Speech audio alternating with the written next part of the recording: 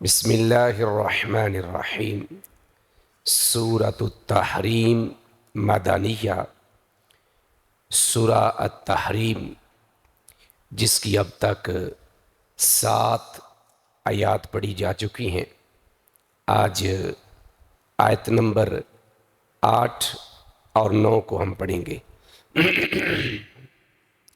اللہ رب العزت ارشاد فرما رہے ہیں، یا ایہا الذین آمنوا توبوا الی اللہ توبۃ نصوحا، یا ایہا الذین آمنوا، اے لوگو جو ایمان لائے ہو، توبوا، تم توبہ کرو۔ امر کا صیغہ ہے، جمع کا صیغہ ہے۔ تم توبہ کرو۔ جتنے بھی ایمان والے ہیں، کسی نہ کسی صورت میں انسان سے غلطی ہو جاتی ہے، لہٰذا تم کیا کرو؟ توبہ کرو۔ الی اللہ، اللہ کی طرف۔ الی کا معنی طرف، اللہ، اللہ کی طرف۔ اے لوگو جو ایمان لائے ہو، اللہ کی طرف توبہ کرو، اللہ کی طرف توبہ کرو۔ توبۃ نصوحا، توبہ نصوحا، یہ توبہ کا لفظی معنی اگر دیکھیں تو اس کا معنی ہوتا ہے کہ کسی معاملے میں رجوع کرنا۔ تو چونکہ الی اللہ ہے، یعنی اللہ کی طرف رجوع کرنا کہ یہ میرا معاملہ ہو گیا ہے، بگڑ گیا ہے، خراب ہو گیا ہے، یہ غلطی ہو گئی ہے، اب اس کو سنوار دے، اس غلطی کو ختم کر دے، اس غلطی سے مجھے پاک کر دے، یہ غلطی مجھ سے ہوگی، مجھے معاف کر دے۔ تو اب وہ جو توبہ ہے، وہ جو رجوع ہے، وہ کیسا ہونا چاہیے؟ وہ ہے نصوحا، توبہ نصوحا۔ نصوحا کا لفظ معنی ہوتا ہے خالص۔ کیا معنی ہوتا ہے؟ خالص۔ جیسے الغش، تو غش کا معنی ہوتا ہے ملاوٹ، تو اسی طرح النصح، اس کا معنی ہوتا ہے خالص۔ ایک النصح خیر خواہی کے لیے بھی آتا ہے اور ایک خالص کے لیے بھی آتا ہے۔ اب خالص توبہ کیا ہے؟ شرط لگا دی نا کہ توبہ کرنی تو خالص کرنی ہے، ملاوٹ والی نہیں کرنی۔ تو یہ جو توبہ نصوحا ہے، اس کے بارے میں جو اہل علم نے شرائط بیان کی ہیں وہ 3 ہیں۔ نمبر 1 کہ جب غلطی ہوئی ہے مجھ سے، آپ سے، کسی بھی ایمان والے سے، تو اس کے اوپر اس کو ندامت ہونی چاہیے، شرمندگی ہونی چاہیے کہ یہ میں نے غلط کام کیا ہے۔ کیونکہ اگر اس کو یہ احساس ہوگا کہ میرے سے غلطی ہوئی ہے تو پھر ہی وہ اللہ سے معافی مانگے گا۔ تو اگر وہ اپنی غلطی کو غلطی نہ سمجھے، اس پہ وہ شرمندہ ہی نہ ہو، تو وہ معافی کیسے مانگے گا؟ معافی تو تبھی بنتی نا، جیسے 2 دوست، 2 بھائی، 2 رشتہ دار یا 2 لوگ لڑ پڑتے ہیں، تو دونوں میں سے کوئی بھی اپنی غلطی نہیں مانتا تو وہ ایک دوسرے سے معافی کیسے مانگیں گے؟ مثلا مجھے آپ کہتے ہیں جی چلو آپ معافی مانگ لو، میں کہتا ہوں یار میری غلطی نہیں، دوسرے کو تو وہ کہتا میری غلطی نہیں ہے۔ تو جب تک غلطی کا احساس نہ ہو تب تک بندہ معافی نہیں مانگتا۔ تو سب سے پہلے احساس، اور وہ احساس کیا ہے؟ شرمندگی، ندامت کہ مجھ سے غلط ہو گیا ہے۔ اور صحابہ کرام میں جو اس آیت کے اولین مخاطب تھے، ان میں یہ خوبی تھی کہ ان سے چھوٹا گناہ بھی ہوتا تھا تو وہ فوراً اس پہ ندامت کا مظاہرہ کرتے، بلکہ کئی موقعوں کے اوپر رسول اللہ صلی اللہ علیہ وسلم کی خدمت میں حاضر ہو کے کہتے کہ ہمارے اوپر حد لاگو کر دو۔ حالانکہ کئی ایسے واقعات ہیں کہ وہ حد والا کام نہیں ہوتا تھا، لیکن وہ اصرار کر رہے ہوتے تھے کہ ہمارے اوپر حد کو لاگو کیا جائے۔ اور کئی ایسے واقعات ہیں کہ صحابہ اور صحابیات سے حد والا کام ہوا ہے، اپنے آپ کو پیش کیا ہے، پتہ بھی ہے کہ ہماری جان چلی جائے گی، تو اس کے باوجود کیوں اپنے آپ کو پیش کیا؟ کہ ہم دنیا میں اس گناہ سے صاف ہو جائیں، قیامت کی رسوائی اور ذلت سے بچ جائیں، جس کا ذکر پیچھے اللہ نے کیا بھی ہے۔ تو توبہ نصوحا کی پہلی شرط کیا ہے؟ شرمندہ ہونا۔ نمبر 2 اللہ سے معافی مانگنا۔ دوسری شرط کیا ہے؟ اللہ سے معافی مانگنا، اللہ سے کہنا کہ اللہ مجھے یہ گناہ جو ہے معاف کر دے، میری غلطی کو معاف کر دے۔ نمبر 3 توبہ نصوحہ کی جو تیسری شرط ہے اور وہ کیا ہے؟ اللہ سے وعدہ کرنا کہ آئندہ میں یہ غلطی نہیں کروں گا۔ گو کہ انسان ہے، پھر غلطی ہو جاتی ہے، جیسے نبی الاسلام نے فرمایا کہ انسان غلطی کرتا ہے، اللہ اس کو معاف کرتا ہے، وہ پھر غلطی کرتا ہے، پھر معاف کرتا ہے۔ کل شاید یا پرسوں والے درس میں یہ بات ہوئی تھی کہ عمدن نہ ہو، ارادتاً نہ ہو، پری پلان نہ ہو کہ چلو بھائی ہفتہ 2-4 دن یہ کام کر لیتے ہیں، ملاوٹ کر لیں، دھوکہ کر لیں، فراڈ کر لیں، لوٹ لیں، چوری کر لیں، اس کے بعد توبہ کر لیں گے۔ ہمیں کیا پتا کہ ہمیں اگلی سانس بھی نصیب ہونی کہ نہیں ہونی۔ تو توبہ نصوحہ کی تیسری شرط کیا ہے؟ اللہ سے وعدہ کرنا ہے کہ آئندہ یہ گناہ نہیں کروں گا۔ یہ 3 شرائط کے ساتھ جو توبہ ہے اس کا نام ہے توبہ نصوحہ۔ تو اللہ اہل ایمان سے مطالبہ کر رہے ہیں کہ تم توبہ نصوحہ کرو۔ اب جب توبہ نصوحہ کریں گے تو اس کے بدلے میں کیا ہوگا؟ فرمایا عسا قریب ہے، ربکم تمہارا رب، عسا قریب ہے، ربکم تمہارا رب۔ تو با محاورہ یہ بنے گا تمہارا رب قریب ہے، کس بات پر؟ ان یکفر، کہ وہ دور کر دے، کفارہ یکفرکم ہٹانا، دور کر دینا، مٹا دینا، یہ سارے معانی جو ہیں اس کے آتے ہیں کہ وہ دور کر دے انکم تم سے، انکم، ان کمن سے، کم تم سے، ضمیر ہے، کس چیز کو دور کر دے گا؟ سیئاتکم تمہاری برائیوں کو، سیئات گناہوں کو، برائیوں کو کہتے ہیں، کم تمہاری، وہ جو تم سے غلطیاں ہوئی ہیں، جو تم سے گناہ کے کام ہوئے ہیں، جب تم توبہ نصوحہ کرو گے تو تمہارا رب وہ تمہاری خطاؤں کو، غلطیوں کو، برائیوں کو تم سے دور کر دے گا۔ مطلب یہ ہے کہ تمہارے نامہ اعمال سے اس کو ہٹا دے گا۔ جو تمہارے نامہ اعمال میں لکھی جا چکی ہیں، جب توبہ نصوحہ کرو گے تو اللہ اس کو دور کر دے گا، یعنی نامہ اعمال سے ختم کروا دے گا۔ تمہارے کھاتے میں اب وہ گناہ نہیں ہوگا جس کی تم نے توبہ کر لی ہے، یہ یاد رکھنا ہے، اور توبہ نصوحہ کی ہے۔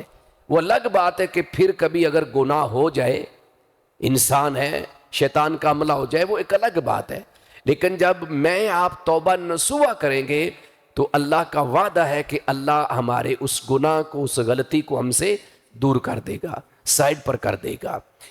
صرف گناہ کو معاف نہیں کرے گا، غلطیوں کو معاف نہیں کرے گا، بلکہ اللہ کی رحمت دیکھیں، وَيُدْخِلَكُمْ، اور وہ تمہیں داخل کرے گا۔ کون؟ اللہ، جنات، جنتوں میں، باغوں میں، اور وہ تمہیں ایسے باغوں میں، ایسی جنتوں میں داخل کرے گا۔ کون سی جنتیں ہیں؟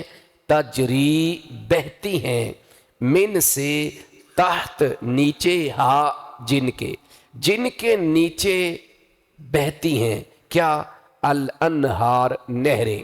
اس کی وضاحت پیچھے کئی بار ہو چکی ہے، تو ترجمے کا صرف آپ دوبارہ اس کے اوپر دھیان دیں کہ جب میں آپ کسی غلطی کے اوپر، اور روزانہ کی بنیاد پہ کوئی چھوٹی بڑی غلطی ہو جاتی ہے، توبہ نصوحہ کریں گے، کسی ٹائم بھی اللہ کے سامنے ہاتھ پھیلا کے ہم التجا کریں گے تو پہلے نمبر پر کیا ہوگا؟ اللہ اس گناہ کو ختم کرے گا۔ نمبر 2 پہ کیا ہوگا کہ اللہ تبارک و تعالیٰ اس کی وجہ سے جو ہم نے توبہ کی ہے، اللہ تعالیٰ ہمیں جنتوں میں داخل کرے گا، جنتوں میں داخل کرے گا۔ اور اللہ اپنے بندے کی توبہ سے کتنا خوش ہوتا ہے؟ صحیح بخاری کی روایت ہے، نبی مکرم صلی اللہ علیہ وآلہ وسلم نے فرمایا کہ اللہ اپنے بندے کی توبہ سے اس قدر خوش ہوتا ہے جیسے ایک جنگلی علاقے میں، ایک ویرانے علاقے میں ایک شخص کی سواری گم ہو جاتی ہے، اس پہ اس کا کھانا ہے، پینا ہے، جب وہ اپنے کسی کام سے نکلتا ہے، دور دراز کے علاقوں میں ہے، نہ آگے جا سکتا ہے پیدل، نہ پیچھے جا سکتا ہے، یعنی اس قدر وہ ایک ایسی جگہ پہ پہنچا ہوا ہے، اور آرام کرنے کی غرض سے وہ لیٹا، سواری گم ہوگی، اس سواری پہ اس کا سارا زادرا تھا، کھانے پینے کا سامان تھا، اور جب یہ سو کے اٹھا تو دیکھا سواری غائب ہے۔ اب نہ یہ واپس جا سکتا ہے جہاں سے آیا تھا، جہاں جا رہا ہے وہاں بھی پہنچ نہیں سکتا، کھانے کو بھی کچھ نہیں ہے۔ تو یہ دل میں یہ سوچ کے کہ اب میری موت ہے، یا تو کوئی جنگل کا جانور مجھے کھا جائے گا یا پھر بھوکا پیاسا مر جاؤں گا، تو پھر یہ لیٹ جاتا ہے۔ تھوڑی دیر بعد بیدار ہوتا ہے تو اس کی سواری اس کے سامنے کھڑی ہوتی ہے۔ اتنا خوش ہوا کہ اس خوشی میں بولا اللہم انت عبدی و انا ربک، اے اللہ تو میرا بندہ میں تیرا رب۔ یعنی کہنا تو یہ تھا نا کہ اللہ تو میرا رب ہے، میں تیرا بندہ ہوں، اور تو نے میرے اوپر رحم کر دیا۔ خوشی کی اتنی کہہ لو کہ اس کے اندر ایک وہ انتہا درجے کی خوشی تھی، کہنے لگا اللہ تو میرا بندہ اور میں تیرا رب۔ نبی پاک علیہ السلام فرماتے ہیں اس طرح جب بندہ توبہ کرتا نا تو اللہ کو بھی اتنی خوشی ہوتی ہے کہ یہ میرا بندہ میرے سے توبہ کر رہا ہے، میرے پاس آ گیا ہے۔ تو فرمایا کہ وہ کیا کرے گا، وہ تمہیں جنتوں میں داخل کرے گا، اور وہ تمہیں ایسے باغوں میں داخل کرے گا جن کے نیچے سے نہریں بہتی ہیں، یوما جس دن، یہ قیامت کی اب بات ہو رہی ہے، کس کی بات ہو رہی ہے؟ قیامت کی۔ لا یخزی اللہ، اللہ رسوا نہیں کرے گا، اللہ رسوا نہیں کرے گا، النبیہ نبی صلی اللہ علیہ وآلہ وسلم کو، والذین آمنوا اور ان لوگوں کو جو ایمان لائے، مع اس کے ساتھ، اصل میں معہو اس کے ساتھ، ہو سے مراد اس نبی کے ساتھ، یعنی ہمارے آخری نبی صلی اللہ علیہ وآلہ وسلم۔ جس دن اللہ نبی صلی اللہ علیہ وآلہ وسلم کو اور ان لوگوں کو جو ان کے ساتھ یا اس کے ساتھ ایمان لائے رسوا نہیں کرے گا، رسوا نہیں کرے گا، نورہم ان کا نور، نورہم ان کا نور، روشنی، یسعا دوڑ رہی ہوگی، یسعا دوڑ رہی ہوگی، بین ایدیہم ان کے آگے، ان کے آگے، وَبِأَيْمَانِهِمْ اور ان کی دائیں طرفوں، یعنی دائیں جانب جو ہے وہ بھی روشنی ہوگی۔ یہ روشنی کیا ہے؟ یہ روشنی کیا ہے؟ اس کی وضاحت اگلی بات کو پڑھ لیں تو پھر اس میں کرتا ہوں۔ یقولون وہ کہیں گے، کیونکہ ابھی قیامت برپا نہیں ہوئی اس لیے قیامت والے دن کہیں گے ایمان والے، ربنا اے ہمارے رب، ربنا اے ہمارے رب، اتمم تو مکمل کر، تو پورا کر، لانا ہمارے لیے، نورانا ہماری روشنی کو۔ وہ کہیں گے اے ہمارے رب تو ہماری روشنی کو مکمل کر، واغفر لنا اور تو ہمیں معاف کر، اور تو ہمیں معاف کر دے، انکا یقیناً تو، بے شک تو، علا پر، کلی شیء ہر چیز پر، قدیر پوری طرح قادر ہے۔ اب یہ جس نور کی تکمیل کا سوال انبیاء اور اہل ایمان کر رہے ہیں وہ نور کیا ہے؟ وہ نور میرے اور آپ کے اعمال ہیں، وہ میرے اور آپ کے کیا ہوں گے؟ اہل ایمان کے اعمال ہوں گے۔ اور یہ واقعہ کب پیش آئے گا؟ جس کو آپ سورہ الحدید کی آیت نمبر 12 کی روشنی میں پڑھ سکتے ہیں، جب انشاءاللہ ہم 27واں پارہ شروع کریں گے، 27ویں پارے کی یہ سورہ مبارکہ ہے، تو وہاں بھی تقریباً اسی سے ملتے جلتے الفاظ آئیں گے۔ اصل میں ہوگا یہ کہ جب اللہ تبارک و تعالی منافقین کو، ظالمین کو اندھیرے میں لا کھڑا کریں گے، جس طرح حدیث میں آتا نا کہ ظلم جو ہے وہ قیامت والے دن بھی ظلم میں ہوگا، یعنی اندھیرا جو ہے وہ قیامت والے دن بھی اندھیرے میں ہوگا۔ جو دنیا میں اندھیروں میں ہیں ظلم کرنے والے، اصل میں کیا ہیں؟